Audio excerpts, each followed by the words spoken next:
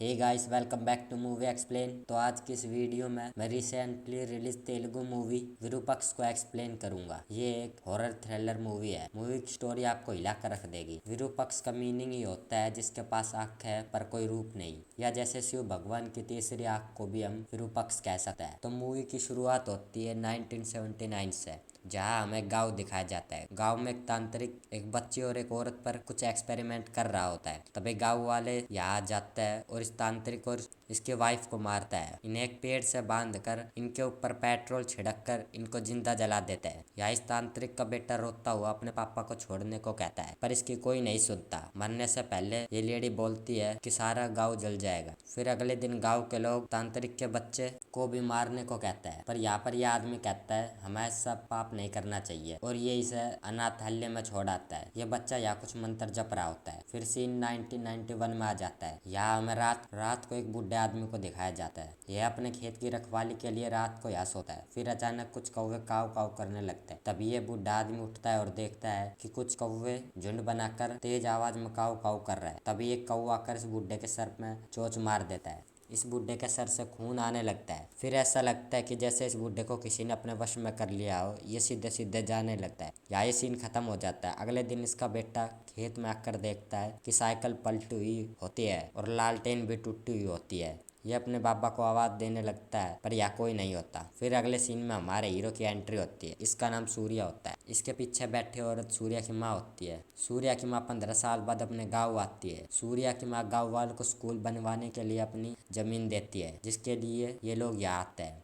जैसे ये लोग गांव में एंट्री करते हैं, एक कौवा इनकी गाड़ी के शीशे से टकरा कर मर जाता है। फिर ये लोग गाड़ी से बाहर आते हैं और उस कौवे को साइड में फेंक देते हैं और फिर गांव की ओर चल देते हैं। फिर हमें दिखाया जाता है कि गांव के मंदिर में लोग इकट्ठा होते हैं और गांव में किसी त्योहार के विषय पर चर्चा करते हैं। तभी ये आदमी भी आ जाते हैं। इसका नाम सुब्बराजू होता है। फिर ये इस बुढ़े के बारे में बात कर रहे होते हैं जो मंदिर के लिए रस्म करता आ रहा है। ये लोग बताते हैं कि सिद्धैया कई दिनों से लापता है, यही इसका बेटा भी होता है। फिर ये लोग ये रस्म इसको करने के लिए कहते हैं, जिस पर ईमान जाता है। तभी यहाँ ये लोग भी पहुंच जाता है। यहाँ ये लोग सूर्या की मौसी की लड़की के यहाँ रुकता है। यहाँ में सूर्या की दीदी को दिखाया जाता है। इसका नाम पार्वती होता है। इसके कान में थोड़ी प्रॉब्लम होती है, जिसके लिए ये कान में रुई वगैरह लगाए रखती है। फिर रात को ये लोग खा पी कर यहाँ बैठे रहते हैं। तभी ना यहाँ एक मुर्गी की आवाज़ आती है। ये नीचे देखते हैं। यहाँ में मूवी की हीरोइन को दिखाया जाता है। इसका नाम नंदिनी होता है। ये मुर्गी चुरा कर भाग रही होती है। तभी ये एक आदमी से टकरा जाती है। यहाँ ये आदमी से देखकर चोर चोर चिल्लाने लगता है। फिर गाँव के लोग इसके पीछे पड़ जाते हैं। तभी ये एक जगह छिप जाती है। या सूर्या आ जाता है। सूर्या इसे पकड़ लेता है। यहाँ नंदिनी के मुंह पर कपड़ा बंधे होने के कारण सूर्या इसका चेहरा नहीं देख पाता है। यहाँ सूर्या को नंदिनी से पाउडर की स्मेल आती है। यहाँ नंदिनी बताती है कि मैंने इसे नहीं बचाया तो ये कल लड़ाई में मारा जाएगा। नंदिनी इस मुर्गे के बारे में बात कर रही होती है। फिर नंदिनी किसी तरह यहाँ से भाग जाती है। फिर अगले दिन ये लोग सरपंच के घर खाने पर आते हैं।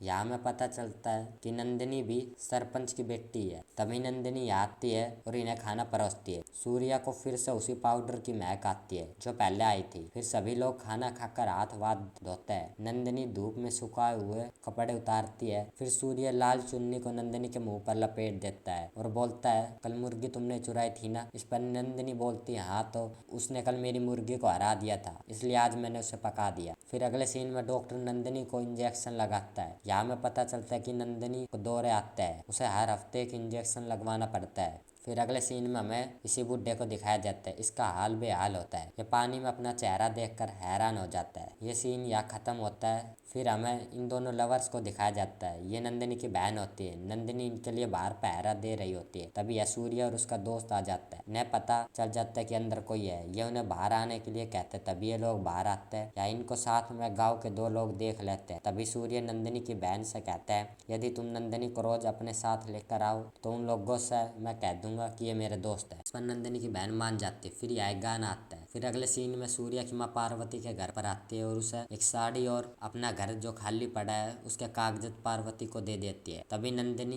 अपने घर जाने के लिए निकलती है। या सूर्या की बहन नंदिनी से कहती है तुम पैदल कहाँ जाओगी, तुम्हें सूर्या गाड़ी से घर छोड़ देगा। नंदिनी पहले तो मना करती है पर बाद में मान जाती है। फिर सूर्या की बहन को पता होता है कि सूर्या नंदिनी से प्यार करता है, इसलिए सूर्या की बहन सूर्या से कहती है कि आज दिल की बात बोल देना।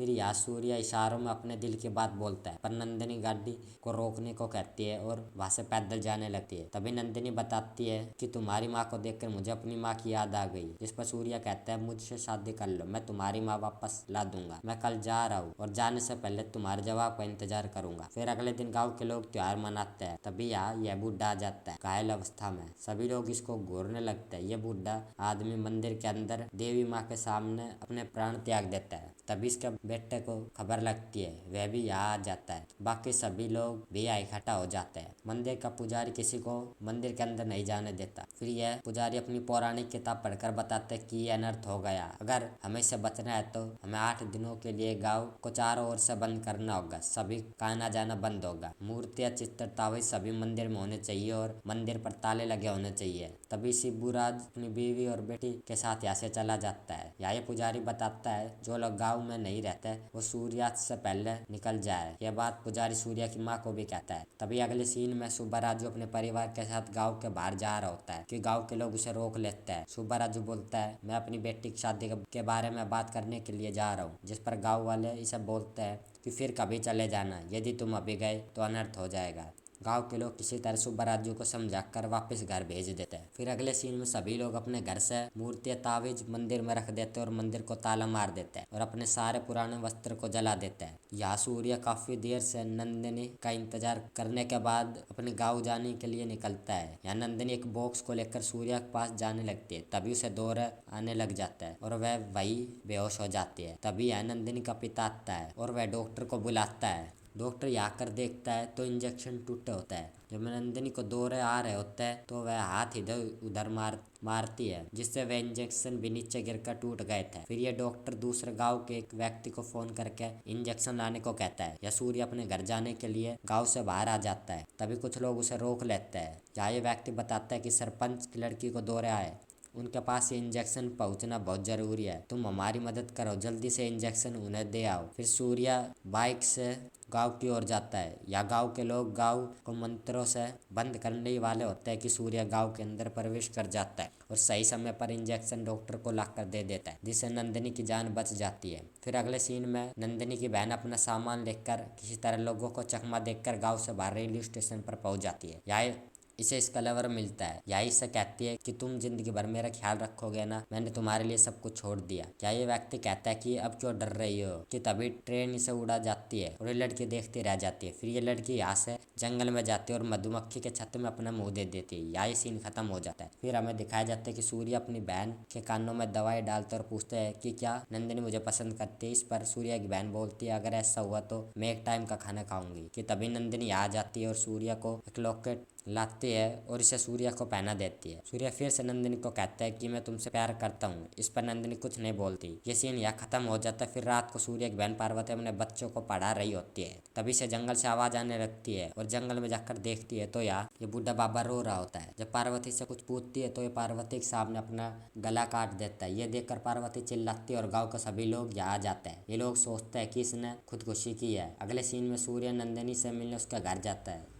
यहाँ ये नंदिनी के साथ थोड़ा रोमांस करता है। यहाँ नंदिनी कहती है, छोड़ दो, मुझे तुम्हारी दीदी से मिलने जाना है। तभी नंदिनी अपने पिताजी को आवाज देती है सूर्य को डराने के लिए। तभी सूर्य यहाँ से चला जाता है। फिर हम पार्वती को दिखाया जाता है जो सिलाई करते हुए एकदम से उठकर अंदर जाती है और एक सुई अपने कान के आर पार कर खुद को मार देती है। यह खबर सुनकर सूर्य को बहुत दुख होता है। सूर्य को अब भी नहीं लगता कि उसकी दीदी खुदकुशी कर सकती है। फिर यहाँ पर ये लोग लाश को जलाने के लिए बाहर की तरफ एक खाली घर को चुनते हैं, क्योंकि शमशान घाट तो गांव के बाहर होता है। मंदिर का पुजारी गांव में लोगों को चेक करवाता है कि कोई व्यक्ति मिसिंग तो नहीं है। फिर ये लोग सभी के घर जाकर लोगों को चेक करते हैं। जब ये यहाँ सुधा के घर आते हैं तो सुधा की माँ झूठ बोल देती है कि वो नहाने गई है, पर इनको पता होता है कि सुधा भाग गई। यहाँ ये लोग पार्वती की चिता को जलाने आते हैं। यहाँ ये लोग गाँव के लोगों की गिनती कर सरपंच को बताते हैं कि सभी गांव वाले पूरे हैं। तभी एक कौवा उड़ते हुए नीचे गिर जाता है। फिर ये बाबा उस कौवे को परखते हैं और फिर जोर से शंख बजाते हैं। गांव के लोग इसे शंख बजाने से मना करते हैं। फिर ये बाबा अपनी शक्तियों की मदद से बताते हैं कि गांव में तंत्र हुआ है। गांव को चारों ओर से बंद करने पर भी गांव में 4 मौतें हो गई, जिस पर गांव वाले बोलते हैं कि सिर्फ 2 मौतें हुई है। फिर ये बाबा बताता है कि तुम लोग अभी अनजान हो, तुम्हें बाद में पता चलेगा। ये बाबा गांव वालों की मदद करने के लिए गांव के अंदर प्रवेश करने वाले होते हैं, तभी गांव वाले इन्हें अंदर आने से मना कर देते हैं। फिर सभी लोग यहाँ से चले जाते हैं। फिर सूर्य डॉक्टर को बताता है कि पार्वती दीदी खुदकुशी नहीं कर सकती, उनके बाएं कान में परेशानी थी, वो अपने दाएं कान में मारकर क्यों खुदकुशी करेगी। फिर ये दोनों पता लगाने की कोशिश करते हैं कि आखिर इतने लोग क्यों मर रहे हैं। पहले सूर्य के घर जाते हैं, फिर ये जहाँ से सूर्य दूध लेकर जाता था वहां जाते हैं। यहाँ इन्हें पता चलता है कि सूर्य उस दिन दूध लेने आया ही नहीं था। यहाँ से ये लोग जंगल जाते हैं। या रास्ते में इन्हें बदबू आने लगती है। फिर सूर्य की नजर पास के एक दलदल पर जाती है। सूर्य वहाँ कुछ लोगों को बुलाकर दलदल की छानबीन करवाता है। दलदल से इन्हें सूर्य की साइकिल मिलती है। फिर सूर्य आसपास देखता है तो इसे सुधा की डेड बॉडी दिखाई देती है। सूर्य को सुधा के बैग से कुछ पैसे और ट्रेन की टिकटें मिलती है। गांव के लोग भी यहाँ पहुंच जाते हैं। सूर्य को पता लग जाता है कि सुधा ने गांव की सरहद पार की थी और वो रेलवे स्टेशन गई थी। फिर इन्हें ये समझ नहीं आता कि वो रेलवे स्टेशन से वापस क्यों गई। ये लोग सुधा के लवर कुमार को ढूंढते हैं, जिसके लिए ये लोग रेलवे स्टेशन के ऑफिस फोन करके किसी की हाल फिलहाल में मृत्यु के बारे में पूछते हैं, जिस पर ये ऑफिसर बताता है कि हाँ 2 प्रेमी थे, जिनमें से लड़का तो ट्रेन से टकरा कर मर गया, लड़की का पता नहीं। फिर सूर्य अपने दोस्त को फोन करता है और उसे कुमार की बॉडी देखने के लिए भेजता है। फिर सूर्य का दोस्त फोन करके सूर्य को बताता है कि वह बॉडी कुमार की है। सूर्य नंदिनी के घर जाता है, जहाँ उसे पता चलता है कि नंदिनी पार्वती दीदी के जाने से दुख में है, अभी वह आराम कर रही है। फिर सूर्य को अघोरी बाबा की बातें याद आती है, जो उसने कही थी वो सभी सच थी। फिर सूर्य यही बात मंदिर के पुजारी को बताता है कि वह अघोरी बाबा ने कहा था वो सब सच है। इस पर पुजारी कहता है कि 3 लाशें तो मिली है। इस पर सूर्य बताता है कि चौथी लाश सुधा के प्रेमी की थी। सूर्य आगे बताता है कि सुधा ने अपने प्रेमी के लिए गांव की रेखा को लांग दिया था। सुधा के सामने सुधा के प्रेमी की मृत्यु हो गई थी। फिर जंगल में सुधा ने अपनी जान दे दी। फिर दूध वाले सूर्य ने उसे मरते हुए देख लिया। फिर अगले दिन सूर्य ने पार्वती दीदी के सामने अपनी जान दे दी और फिर पार्वती दीदी ने भी अगले दिन अपनी जान दे दी। यानी जो मरे हुए को सबसे पहले देखता है वह अगले दिन अपनी जान दे देता है। फिर ये लोग सोचते हैं कि पार्वती को मरने के बाद सबसे पहले किसने देखा, जिस पर सूर्य को याद आता है कि नंदिनी ने उसे बताया था कि वह पार्वती दीदी से मिलने उसके घर जा रही। सूर्य जल्दी से नंदिनी के घर जाता है। नंदिनी जंगल की ओर जा रही होती है। यहाँ से एक व्यक्ति आवाज देता है पर नंदिनी नहीं सुनती। फिर यह आदमी सूर्य को नंदिनी के बारे में बताता है। सूर्य जंगल की ओर जाता है। यह नंदिनी कुएं के ऊपर खड़ी हो जाती है अपनी जान देने के लिए। सूर्य नंदिनी को बचा पाता तब तक नंदिनी कुएं में कूद जाती है। फिर अगले सीन में सूर्य नंदिनी को कुएं से निकालकर उसके घर ले आता है। यह सभी गांव वाले भी आ जाते हैं। नंदिनी को होश नहीं आता, वे बेहोश पड़ी होती है। फिर यह नंदिनी का पिताजी भी आ जाता है। जब इसको ये खबर पता चलती है तो ये रोने लगता है। फिर गांव वाले आज से 12 साल पहले उस घटना का जिक्र करते और कहते हैं यह उस तांत्रिक का श्राप का असर है, इसलिए उसके घर में ही सारी लाशें जल रही है और नंदिनी भी उन्हीं के घर के कुएं में अपनी जान देने गई थी। फिर सूर्य इस डॉक्टर से 12 साल पहले उस घटना के बारे में पूछता है, जिस पर ये डॉक्टर बताता है कि 12 साल पहले भी ऐसी बीमारी आई थी, पर यह बीमारी सिर्फ छोटे बच्चों पर ही थी।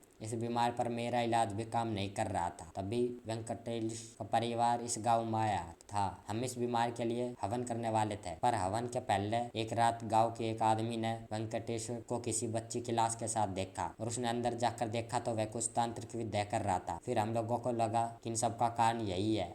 हमने उन दोनों को पेड़ से बांध कर जला दिया। बाद में गाँव के लोगों को उस घर से अजीब अजीब आवाजें आने लगी और किसी को वह कुछ दिखा भी। फिर गाँव के लोगों ने हवन करके उस घर को बंद कर दिया। फिर डॉक्टर और सूर्य उस तांत्रिक के घर के अंदर जाते हैं, जिसे पुजारी ने हवन करके बंद कर दिया था। या सूर्य को एक टेबल पर पुस्तक का निशान मिलता है, जैसे अभी अभी किसी ने वहां से पुस्तक उठाई हो। सूर्य को लगता है कि यहाँ भी अभी कोई आया था। आगे सूर्य को एक फोटो मिलती है जिसमें वेंकटेश्वर और उसकी बीवी होती है। आगे इन्हें एक वेंकटेश्वर की किताब मिलती है जिसमें लिखा होता है कि आत्मा एक ऊर्जा है, हम ऊर्जा को आदेश दे सकते हैं उन आंखों के सहारे जो किसी के मर जाने से 6 घंटे तक उसे बचा कर रखती है। मैं मरे हुए लोगों को जिंदा कर अपने सपना पूरा करना चाहता हूँ। यह सूर्य सोचता है कि इंसानी आंखों का तांत्रिक मंत्र, जिससे जो भी इंसान मौत देखता है उसका बचना मुश्किल हो जाता है। इस किताब में लिखे मंत्र और गाँव में हो रही मौतों का जरूर आपस में कोई ना कोई संबंध है। सूर्य इस डॉक्टर से इस तांत्रिक के बेटे के बारे में पूछता है, जिसे अनाथालय में छोड़ दिया गया था, और यह गाँव के पुजारी अपनी पौराणिक किताब से इस समस्या का समाधान ढूंढते हैं। फिर पुजारी बताता है कि शैतानी आत्मा का जिस प्रवास है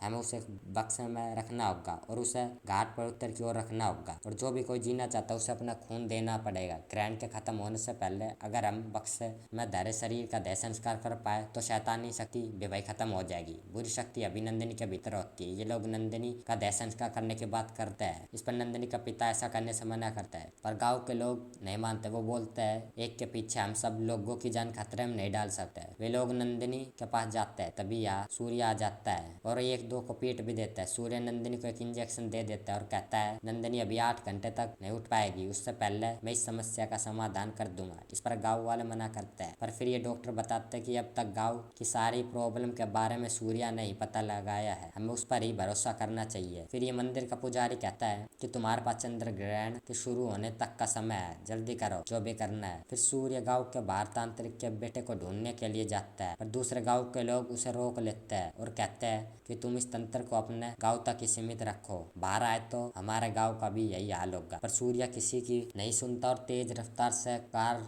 लाता है। ये देखकर सभी लोग साइड हट जाते और सूर्य गाँव के बाहर निकल जाता है और फिर सूर्य अनाथालय पहुंचता है। उस बच्चे के बारे में पूछताछ करता है। यह आदमी बताता है कि अनाथालय तो 7 साल पहले बंद हो गया, या मैं और मेरा मालिक रहता है। फिर यार ये लोग बताते हैं कि वह बच्चा बहुत ही अजीब था, ना तो वो किसी से बात करता था, ना तो वह केवल मंत्रों का उच्चारण करता था। वो कौवों को अपने पास रखता था, उनसे बातें करता था और रात को जंगल में जाकर कुछ मंत्रों का उच्चारण करता था। हमने उससे पूछा कई बार, पर वह हमें कुछ नहीं बताता। एक दिन वह अनाथालय से बाहर चला गया और काफी लेट आया। इस पर मालिक ने उसे डांटा तो उसने कुछ मंत्र पढ़ा जिससे मालिक को लकवा मार गया। उसी दिन वो यहाँ से भाग गया और फिर कभी नहीं आया। फिर यहाँ से सूर्य उस जंगल में जाता है जहाँ वो लड़का तंत्र मंत्र की विद्या करता था। यहाँ पहुंचने पर सूर्य उसे आवाज देता है भैरव। यहाँ कुछ तांत्रिक होते हैं, सूर्य की इनके साथ बहस हो जाती है। ये सूर्य पर कुछ मंत्र करते हैं, पर सूर्य पर इनके मंत्र का कुछ असर नहीं होता। फिर ये लोग सूर्य को मारने की कोशिश करते हैं, पर तभी ये अघोरी बाबा यहाँ आ जाते हैं और इन्हें रोक लेते हैं। ये बताता है कि ये हमारा शत्रु नहीं है। फिर सूर्य गाँव की बातें इस बाबा को बताता है। इस पर यह अघोरी बाबा कहता है कि उसका मकसद गाँव को जड़ से मिटा देना है। वह पुस्तक से लिखे मंत्रों की मदद से यह सब कर रहा है। उस पुस्तक के अध्याय के हिसाब से उसे एक ऐसी जगह चाहिए जहाँ धूप हवा भी ना जा सके और किसी को मंत्रों की आवाज भी ना सुनाई दे। फिर यहाँ से ये लोग भैरव को ढूंढने के लिए गुफा में जाते हैं। फिर सीन यहाँ जाता है जहाँ सभी लोग नंदिनी का देह संस्कार करने को कहते हैं। इस पर सुब्बाराजू सबको रोक लेता है और कहता है हम अपनी जान बचाने के लिए दूसरे की जान लेना चाहते हैं और वो नंदिनी की जान बचाने के लिए अपनी जान देने को तैयार है, हमें थोड़ी देर रुकना चाहिए। ये कहकर वो सबको रोक लेता है। फिर सीन वापस सही आ जाता है। यहाँ काफी देर के बाद सूर्य को एक बैग मिलता है जिसमें कुछ कपड़े और एक कार्ड होता है। उस कार्ड पर कुमार की फोटो होती है। फिर सूर्य इस बाबा को बताता है ये बात। फिर ये बाबा कहता है कि अष्ट चक्र के होते हुए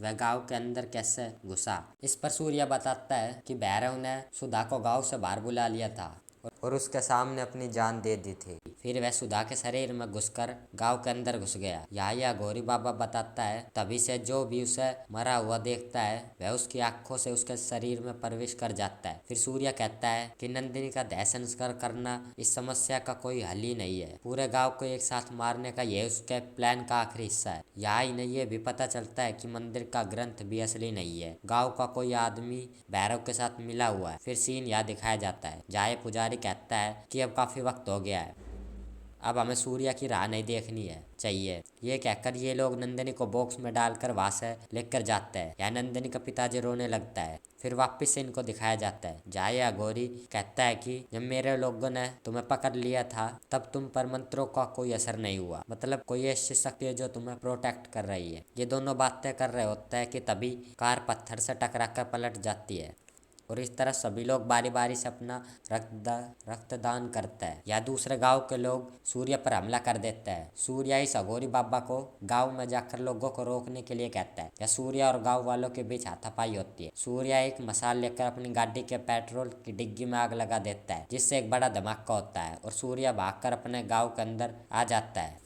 ये लोग इस गांव में आने से घबराते हैं, इसलिए ये लोग अंदर कदम नहीं रखते। यहाँ से अघोरी और सूर्य गांव वालों के पास पहुंच जाता है। सूर्य इनको सब सच बताता है, पर तब तक ये लोग उस शैतानी ताकत के कब्जे में आ जाता है। फिर सूर्य नंदिनी के बॉक्स के पास जाने लगता है, पर यह अघोरी से रोककर इसे कहता है कि रुको, ये एक अग्नि कुंड है, इसमें तुम जल जाओगे। यह अघोरी सूर्या को कहता है तुम इस भीड़ में उसे ढूंढो जो अभी यहाँ पर मौजूद नहीं है। फिर सूर्या को नंदिनी का पिता यहाँ नहीं दिखता। फिर उसे ढूंढने के लिए सूर्या नंदिनी के घर जाता है। यहाँ काफी देर नंदिनी के पिता को सूर्य आवाज देता है। फिर सूर्या को यहाँ एक सुरंग मिलती है। फिर वह नीचे सुरंग में जाता है। यहाँ इस तरफ भैरवा की आत्मा इस बॉक्स को तोड़ देती है। यहाँ ये अघोरी से अपने वश में करने की कोशिश करता है, पर ये इसे अपने वश में नहीं कर पाता। इधर सूर्या इस सुरंग से एक कमरे में पहुंचता है। यहाँ से सूर्या को एक फोटो मिलती है। फिर बाहर जाते समय सूर्या को नंदिनी का पिता दिखाई देता है। सूर्या इससे पूछता है कि वेंकटेश्वर की एक बेटी भी थी ना, आपने मुझे क्यों नहीं बताया। फिर यह नंदिनी का पिता बताता कि जब हम लोग वेंकटेश्वर के घर शांति हवन कर रहे थे तब मुझे उसके घर से कुछ आवाज आने लगी। मैंने अंदर जाकर देखा तो वहाँ एक छोटी लड़की थी। मैंने उसे अपने घर ले आया मैं उसे अपने घर ले आया और मैंने सबको उसे अपनी लड़की बताकर पाला। फिर नंदिनी का पिता बोलता है कि मेरी बेटी को बचा लो। इस पर सूर्या कहता है हमें नंदिनी को नहीं बचाना बल्कि गाँव को नंदिनी से बचाना है। या सूर्य बताता है कि गांव में हो रही मौतों का कारण भी वेंकटेश्वर का बेटा भैरवा है। सूर्य आगे बताता है जिसने इस गांव को खत्म करने के लिए मंदिर के ग्रंथ को भी बदल दिया वह और कोई नहीं बल्कि जिसे तुम अपनी बेटी समझ रहे हो वह नंदिनी है। नंदिनी भी वेंकटेश्वर की बेटी है। इधर नंदिनी एक कौवे को वश में करके उसके सहारे एक पेड़ को आग लगवा देती है। इधर सभी लोग आग की तरफ बढ़ते हैं। तभी यह सूर्य आ जाता है। वह नंदिनी को आवाज देने लगता है परंतु नंदिनी इसकी नहीं सुनती। फिर सूर्य जमीन में गड़ी एक जड़ को खींचता है जिससे सभी लोग उस जड़ से टकराकर नीचे गिर जाते हैं, परंतु ये लोग फिर से उठकर वापस आग की ओर चलने लग जाते हैं। सूर्य नंदिनी को कहता है कि तुम गलत कर रही हो।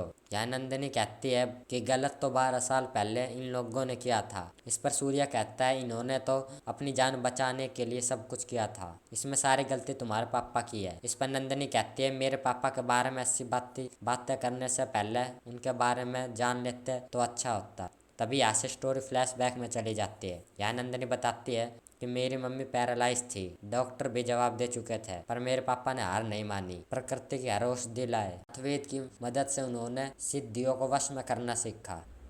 उन्होंने सारी सिद्धियों और शक्तियों को इकट्ठा करके एक चमत्कारी लॉकेट बनाया और वो मेरी मम्मी को पहना दिया। फिर हमें दिखाता है कि नंदिनी के पापा को अपने एक्सपेरिमेंट के लिए एक लाश की ज़रूरत होती है। तभी किसी अनाथ की लाश वहाँ से जा रही होती है जिसे नंदिनी के पापा अपने घर ले आता है और उस पर अपना एक्सपेरिमेंट करता है मुर्दे को जिंदा करने का। तभी गांव के लोग वहाँ जाते हैं और बिना कुछ पूछे कि क्या हो रहा है उन्हें पेड़ से बांध कर जला देते हैं। उन्हें लगता है कि वो लाश से कुछ काला जादू कर रहा है। आगे नंदिनी बताती है मैं ये सब देख रही थी। मैं 8 दिनों तक भूखी प्यासी उस घर में पड़ी रही, ना ही मेरा भाई वहाँ आया। फिर मुझे एक दिन गांव का सरपंच हरिश्चंद्र प्रसाद अपने घर ले आया। मैं उन्हीं लोगों के बीच पली बड़ी जिन्होंने मेरे माँ बाप को मारा था। गांव वालों को अपने किए पर कोई शर्मिंदगी भी नहीं थी। फिर मैं वापस अपने घर गई। यहाँ में दिखाया जाता है कि नंदिनी का भाई भी यही आ जाता है और ये दोनों प्लान बनाता है गाँव वालों को मारने का। यहाँ नंदिनी का भाई नंदिनी को तंत्र मंत्र भी सिखाता है और फिर नंदिनी मंदिर के ग्रंथों को अपने ग्रंथों से बदल देती है। यहाँ में पता चलता है कि नंदिनी अपने भाई के साथ मिलकर इन चीज़ों को अंजाम देती है। नंदिनी ने अपने मंत्रों से कौवों को भी वश में कर रखा होता है। फिर सीन वापस प्रेजेंट में आ जाता है। यहाँ नंदिनी कहती है अब मैं सभी गाँव वालों को मार दूंगी। इस पर सूर्य कहता है कि तुम्हारे पापा तो सबको बचाना चाहते थे और तुम सबको मार रही हो। इन लोगों से जो भी हुआ है वो सब अनजाने में हुआ है। सूर्य आगे कहता है कि मेरी बहन पार्वती जैसे कई लोगों का तो इन सब से कुछ लेना देना भी नहीं है, फिर उन्हें क्यों मार रही हो। इस पर नंदिनी कहती है सबको मार दूंगी, आज भी ये लोग अपनी जान बचाने के लिए मेरी बलि दे रहे थे। फिर सूर्य यहाँ पर कहता है तुम मुझसे प्यार करती हो, तुम ऐसा नहीं करोगी। इस पर नंदिनी के भाई की आत्मा बाहर आ जाती है और सूर्य पर हमला करती है, पर सूर्य को कोई नुकसान नहीं होता। फिर हमें पता चलता है कि सूर्य के पास नंदिनी का दिया हुआ लॉकेट होता है जिससे बुरी शक्ति सूर्य के आसपास भी नहीं आ सकती। जब अघोरा के लोगों ने सूर्य पर जादू किया था तब भी इस लॉकेट ने सूर्य की रक्षा की थी। सूर्य कहता है तुम मुझसे प्यार करती हो, तुम ऐसा नहीं करोगी। फिर नंदिनी कुछ नहीं सुनती और अपना मंत्र बोलने लगती है। सभी लोग आग की ओर जाने लगते हैं। तभी सूर्या एक चाकू को अपने पेट में मार लेता है। सूर्या का खून नंदिनी के शक्ति चक्र पर पड़ता है, जिससे नंदिनी का ध्यान भटक जाता है। नंदिनी सूर्या के पास आती है और बोलती है, तुमने ऐसा क्यों किया? और आगे नंदिनी बोलती है कि अगर तुम मुझे बचाना चाहते हो तो तुम्हें पहले मेरी नफरत को मिटाना होगा। क्या तुम ऐसा कर सकते हो? यह कहकर नंदिनी सूर्या को गले लगा लेती है, पर फिर नंदिनी दोबारा से मंत्र जपना शुरू कर देती है। गांव के लोग आग में कूदने लगते हैं। तभी सूर्य नंदिनी के पीठ में भी चाकू मार देता है, जिससे नंदिनी के शरीर से आत्मा बाहर निकल जाती है और जिनका वो पर काला जादू किया होता है वो भी आग में गिरकर मर जाता है। आखिर में नंदिनी भी मर जाती है। फिर हमें दिखाया जाता है कि सभी लोग नंदिनी की कब्र के पास खड़े होते हैं। सभी को काफी दुख होता है। फिर सूर्य कहता है कि इस सब में किसी की कोई गलती नहीं है, सारे गांव वाले ही पागलपन का शिकार हो गए थे। सूर्य आगे कहता है कि आप लोग दूसरी गलतियों से बचना चाहते हो तो जिस घर को आपने शमशान बनाया उसे स्कूल बनाइए। फिर हमें दिखाया जाता है कि ये लॉकेट सूर्य के पास होता है। फिर हमें सूर्य का कुछ इस प्रकार चेहरा देखने को मिलता है। यहीं पर मूवी द एंड हो जाती है। तो दोस्तों पता नहीं अब इसका सेकंड पार्ट आएगा या नहीं। वैसे लास्ट में सूर्या को जिस तरह दिखाया है इससे तो लगता है कि अभी कहानी और आगे जाएगी। तो गाइस मुझे तो मूवी बहुत पसंद आई। आपको मूवी कैसी लगी मुझे कमेंट करके बताना। तो चलिए मिलेंगे नेक्स्ट वीडियो में।